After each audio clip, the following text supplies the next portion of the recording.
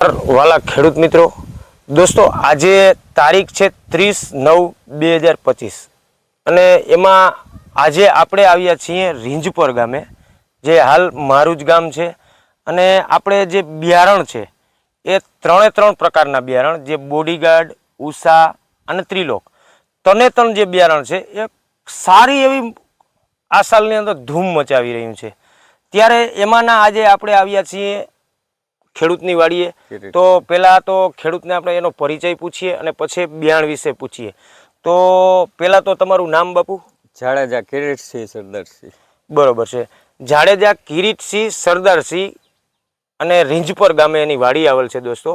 તો બાપુ, દર વર્ષે આજ તમે કેટલા વર્ષો થયા કપાસ વાવો છો? કપાસ 30 વર્ષથી વાવીએ. બરોબર છે.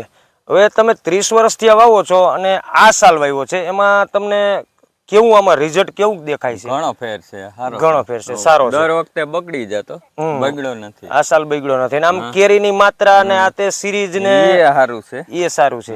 હવે દર્શક મિત્રો, ખેડૂત એમ કહી રહ્યા છે કે ગઈ સાલ આજ 30 વર્ષથી કપાસ વાવે છે, એમાં દર વર્ષની જેમ આ વર્ષે બહુ સારું રિઝલ્ટ છે. હવે તમે મારી સાથે જ ને પાછળ જોઈ શકો છો કે આની અંદર કેરીની માત્રા, સાપવાની માત્રા બહુ સારી છે અને ઘેરો એવો સારો એવો લીલો પણ ઘેરો પણ છે. તો દોસ્તો, હું દરેક વિડીયાની અંદર કહું છું અને હજી પણ કહું છું કે બિયારણ વસ્તુ એવી છે દોસ્તો કે જ્યારે તમે સારું બિયારણ વાવશો અને સારી મહેનત નહીં કરો તો પણ આપણો કપાસ નથી થવાનો.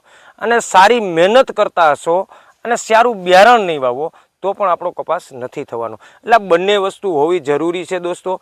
અને મારી ખાસ નમ્ર વિનંતી છે કે આપે બિયારણ સારું એવું પસંદ કરવું જોઈએ. જો સારું ઉત્પાદન મેળવતા માગતા હોય તો એમાં સારું એવું બિયારણ પણ પસંદ કરવું એ પણ એક જરૂરી છે.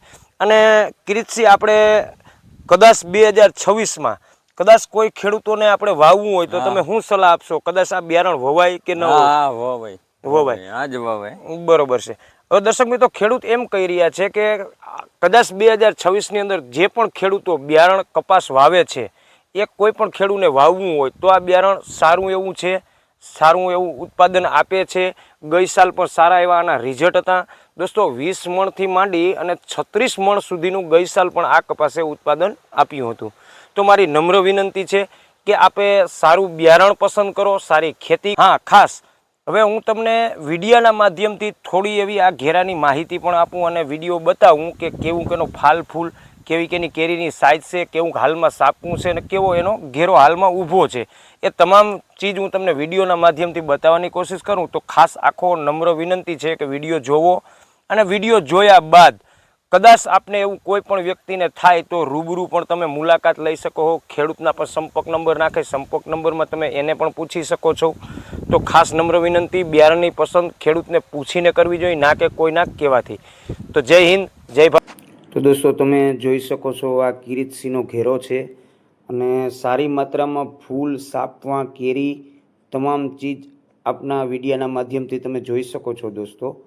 સાપવાની સિરીઝ પણ સારી છે અને કિરીટસિંહના માથાથી ઉપરની હાઈટ છે અત્યારે હાલમાં દોસ્તો સારો ઘેરો છે. હજી પણ આમાં ઘણી બધી માત્રામાં કેરી, ફાલ, ફૂલ લેશે. નરવો ઘેરો છે. તો ખાસ નમ્ર વિનંતી છે કે રૂબરૂ મુલાકાત લેવી. અને રૂબરૂ મુલાકાત ના લઈ શકો તો તમે ખેડૂતના સંપર્ક નંબર આપું છું, તેમાં પણ આપણે પૂછીને ફોન કરી શકો છો દોસ્તો. તો બહુ સારો ઘેરો છે અને સારું બિયારણ છે. જે પણ ખેડૂતોને દર વર્ષે વાવે છે એના માટે ખાસ નમ્ર વિનંતી.